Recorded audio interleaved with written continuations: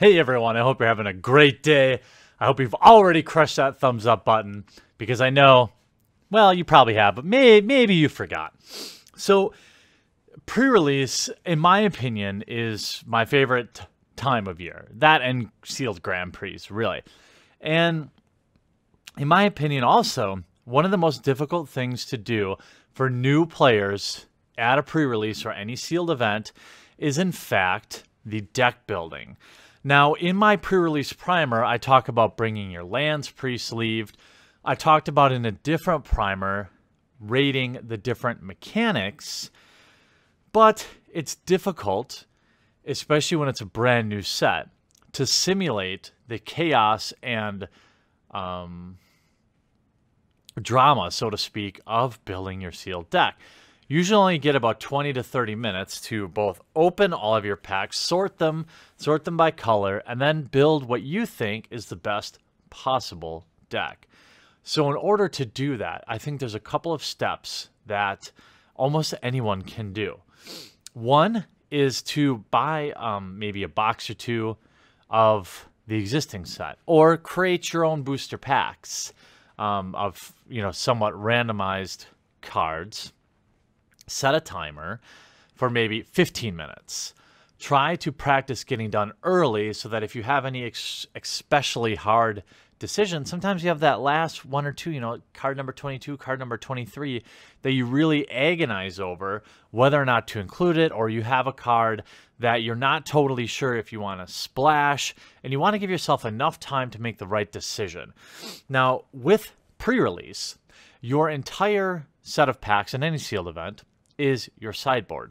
So sometimes people actually build two completely different decks, or they have large sideboards that they swap in and out. Usually this is a sign of a weak sealed pool, but it's someone trying to make the best of what is probably kind of a bummer situation. If you end up with like two half decks and you try to merge them together and make the best of it, then sometimes that's just the way the cookie crumbles, so to speak. That's just the way that the RNGesus has decided to treat you that day. But getting some booster packs and practicing opening 6 packs, click the timer, open your 6 packs, sort your 6 packs, sort them by converted mana cost, decide what you think is the best deck. Then do it again with the exact same packs, but see if there's a different deck that maybe you oversaw. A lot of times I get stuck in kind of a one-track mind with, I look at the cards, I'm like, this is the deck, this is the deck. But usually it's that second deck that you see that's the one that you do the best with. The other thing you can do is use pre-release sealed deck generators. There's lots of them out there. This is no official endorsement of anything in particular, but for this sake of this demonstration, we're going to use mtgen.net. Now, what I like to do is a couple different things. First of all, doing the most recent set is just a great way to kind of read the cards, get used to seeing the cards in the packs. You get that kind of like pack memory, and it makes building your deck easier. But also using this to build sealed decks with older sets that you already know which archetypes are good, can be a nice exercise in just the timed and organization part of it. But just for the purpose of this video, I thought we would generate a couple of sealed pools and decide maybe what colors we're going to play. And as I go through the sealed pools, maybe leave a comment in the comment section down below, and we can discuss what you may have done. So let's go. All right, so this is always fun for me as someone who likes to open packs too. So we have our promo card. Entrancing Melody is a double blue and an X. Gain control of target creature with converted mana cost of X. This is probably an okay card. Let's sort by rarity. First pack, we have a Kinjali's Sunwing, a 3-mana 2/3 flyer. Your opponent control, enter the battlefield, tap. Very strong card. A 2/3 flyer for 3 is pretty strong, and to have that really will slow down any aggressive deck. You also have Legion's Judgment in this pack. Pretty good. And Lightning Strike. I'm liking red-white already. Let's keep going. Next pack, let's sort by rarity. And we have Treasure Map, which flips into Treasure Cove. Very, very solid artifact. Pay 1, scry 1, then put a counter on it. If there are 3 or more counters on it, remove those counters, flip it, and now you have tap dead colorless, or tap sacrifice a treasure, draw a card. You have Dark Nourishment here. It deals 3 damage to target creature or player, plus you gain 3 life. That's okay. It's probably not. It's probably worse than I think. It's probably. I mean, it's probably playable in pre-release. When Square Secret enters the battlefield, it explores. I love explore cards, especially that early. Playing it on turn 2, you can really set yourself up. We have some other good white control cards. Pious Interdiction. Now remember, with the new block type, you're opening 6 IXALAN packs. You're not mixing sets. The next pack we've got Legion Standing. Another flip card, another white rare. Blue, white, red looks pretty good. But we'll see. We've got Legion's Landing. Enters battlefield, create a 1/1 white vampire token with lifelink. When you attack with 3 or more creatures, transform it. When you transform it, you can tap it for a plains, or pay 2 and a white, tap it and create another vampire. This is the type of card that's actually pretty strong and sealed because you can kind of go wide. When the board stalls out, you always have something to do every turn. And it's especially good if you have some other banner effect. Other cards that might say, you know, give your creatures +1/+1 or whatever that may be. Or some sort of vampire tribal issue. Next pack. Ooh, Boneyard Parlay. 7 mana sorcery. Exile up to 5 target creature cards from an opponent from graveyards. An opponent separates those into 2 piles, put all cards from a pile of your choice onto the battlefield under your control, and the rest in their owner's graveyards. Woo. That's gross. Late game, 7-drop. This is very strong, but there is a chance this turn 7 you have very few creatures in the graveyards, but you may also have like 2 or 3 fatties, and you're going to end up with a 2-for-1 late game, or you might get your 2 best creatures back, or your 1 best creature back. It depends how good your opponent is at dividing this sort of, making this spell. We have Stormfleet Areas. We have Dusk Legion Dreadnought, a 5-mana 4/6 with Vigilance. That seems playable. Legion Conquistador, also very good. I'm liking Black-White at this point. I think this is our last pack. And here we have Bishop of Rebirth, 3/4 for 5 with Vigilance, and whenever it attacks, you may return target creature card with converted mana cost of 3 or less from the graveyard to the battlefield, along with a Sheltering Light. Definitely liking what white has going on. And we end up with Walker of the Wilds, which is pretty spicy. Especially because this is like repeatable. This would be tough.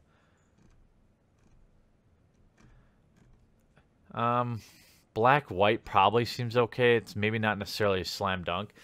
But in pre-release, something like a 5-mana 3/4 flying is probably playable, I would say.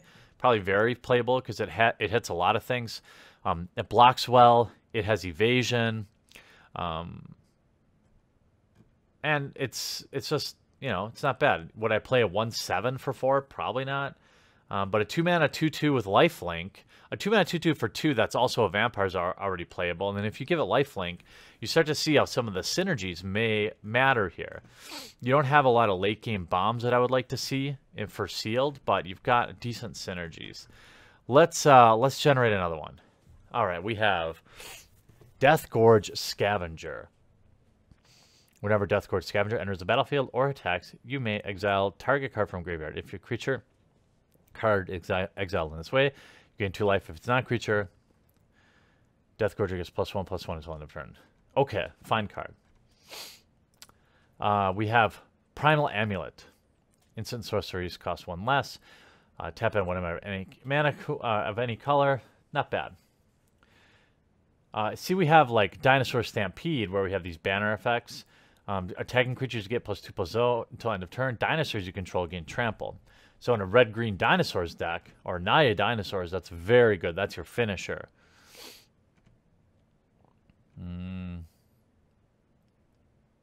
Stuff like that, you know, 4 mana 3/4 with reach. I'd say this is playable in sealed, especially if you're going with dinosaurs. Herald of Secret Streams, not bad. Kitesail Freebooter. But here we have dinosaurs, again, Raptor Hatchling, Trove of Temptation. I'm liking red-white right now, although red-green seems pretty good for dinosaurs. Here's a plain old 6 mana 6/6 dinosaur. That's probably playable as your 23rd card. Revel in Riches, 5 mana. Whenever a creature an opponent control dies, create a colorless treasure token. You win the game. It's got an alternate win condition. If you have 10 or more treasure tokens, you win the game. This is probably a little too cheeky to play. Air Elemental is actually pretty dang strong. 5 mana, 4/4 flying. This pool is a little tougher. I know you're probably looking at it thinking, wow, it's just way easier than he thinks. Destroy target artifact or enchantment, draw a card. I'm worried about creatures. We have okay dinosaurs, red-white dinosaurs. You have these like 3/1 guys. Sure Strike. If you end up with another... Oh, this one's pretty good. Dual Shot. Captivating Crew. Let's see, a 4 mana 4/3 gain control target creature and opponent controls at end of turn. Tap that creature. This is good because it's pumpable. Let's say really late game, you have 8 mana. You're taking 2 of their creatures and crashing in with them. Seems very strong, even though it doesn't necessarily fit the dinosaur theme. It's pretty dang good. I'm starting to see a lot of good blue cards too. Dual Shot is probably not a terrible card. I see a decent amount of 1 toughness stuff, but maybe it's not that good. It would depend. If there were a lot of tokens or something, you'd play that. But there's also 8 mana 9/9s, Ancient Brontodons, stuff like that. I think this is really just about the experience, right? We want to go through and build decks together so you get good. Here's a good dinosaur pack for us. 3 mana, 2/3 fire. We talked about that card already. That's pretty good. Rallying Roar. This is good. I'm really liking red-white or Naya, red-white or green-white dinosaurs, given this pool. What do you think so far? Definitely white dinosaurs, probably Naya. I think you can afford to get greedy in red-white. In Naya dinosaurs, if you just play... I mean, we have an Unknown Shores here. Maybe, you know, depending how your fixing is, that's not too bad. Let's do one more. And then I definitely want to hear what you would have built on these 3 decks. We have Emperor's Vanguard, 4 mana. It deals combat damage to player. It explores. That's pretty good, but again, it's just a 4/3 for 4. I wouldn't consider that a huge bomb. Glacial Fortress. This is the type of cards that kind of feel bad opening unless they have a lot of value, because it's like, oh, it's a dual land, but they don't necessarily always help you win. I don't know. It's probably the same amount of help as a bomb off-color bomb, right? Snapping Sailback. Here's a 5 mana 4/4 flash. Very good with Enrage also, so you can flash in and block something smaller. Deal damage, and then you end up putting a counter on it every time. So you flash it in, get a good block in, and create a counter. Now we have some of the common level black removal, like Contract Killing. That's pretty good. Black-green looking so far so good. Here's something too. 2 mana 2/2, but for late game 8, it gets you sack it, target creature gets 5/5 and trample. These are the type of things you want to think about when you're building your decks in limited, because there's going to be a point late game where you guys might be stalled out, and this could be the difference, right? Here we have the Poor Man's Gaia's Cradle, right? 3 mana legendary. It fits right into our green, and it has huge ramp once it flips. So you could end up playing more than a few copies of stuff like Colossal Dreadmaw, because, you know, it's 6 mana 6/6, but if you're dropping it out for, you know, 2 mana plus the Cradle of the Sun, that's feeling pretty good. Stuff like Spike-tailed Ceratops, Grazing Whiptail, these are all playable. If you want to, I think if I was playing these, I'd be playing something with a few tricks. My supplementary color would have a few tricks in it. Here we have Raging Raptors. And here's an example, right? Cruiser, choose a creature type. Creatures you control that are the chosen type in addition to the other types. Wait. Oh, yeah. So you can turn basically everything into dinosaurs if you wanted, for example. Unfriendly fire. This one may be a little tougher. This is a nice ramp card. You've got a couple cards that can turn into ramp.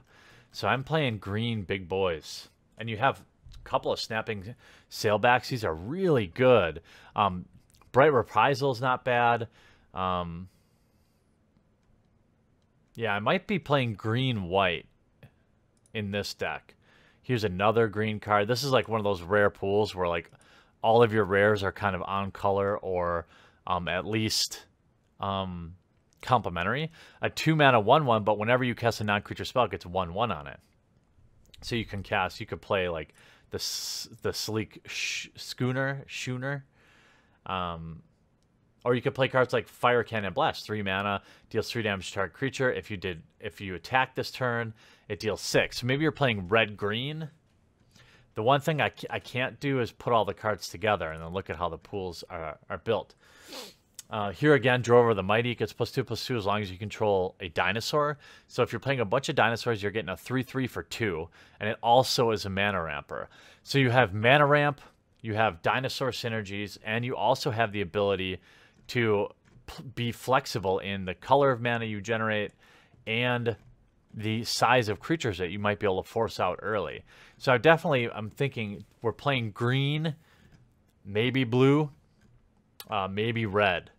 I put all my green stuff together and see what we built.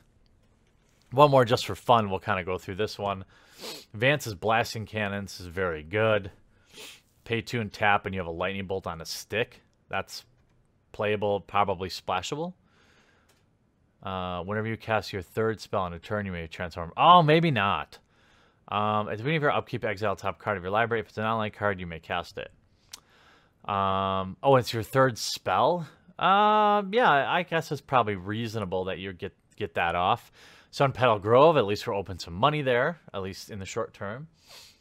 Thundering Spineback, 7 mana, 5/5. However, you want to pay attention to the tribal essence here. Other dinosaurs get +3/+3. Plus, for 6 mana, it's pooping out 3/3 dinosaurs. We have some Vampire Love here. 4 mana, create 3/3 1/1s with lifelink. The going wide thing only works if you have a way to pump them or like banner effect them. Otherwise, you just get outclassed unless you can just go super, super, super wide and wait them out until you have 21 ones, and you can crank that way. Dragon Skull Summit, so we're opening all the money lands. Sometimes that's how pre-release goes. You open some money and you're like, hey, all right, I don't know if we have a great deck here, but we've opened the money. 2 Call to Feasts. Now that's 2 of the uncommon support cards for vampires. Unfortunately, the rest of these packs don't seem that great with vampires yet. Oh, Dueling Blasting Cannons. It's a legendary enchantment, so that's kind of a tough one. Like, you can only play one of these at a time. They're probably not blowing it up, but maybe you play both copies. I don't know. What do you think? Do you play both copies? Charging Montresor, pretty good. Sky Terror. Yeah, I don't think we have what we need to play vampires, but we have a lot of fatties. Belligerent Brontodon. I'm liking what we got going on with green, red, maybe. We don't have a lot going on in red. But double Blasting Cannon seems pretty spicy.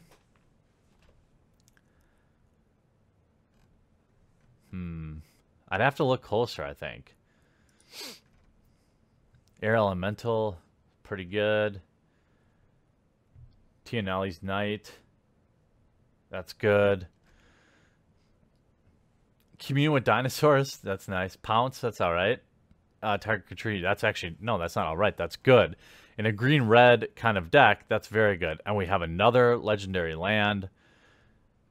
Oh, and we have a Raging Swordtooth here.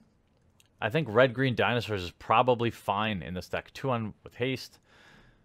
Yeah, another pounce. Yeah, red green dinosaur is probably pretty good.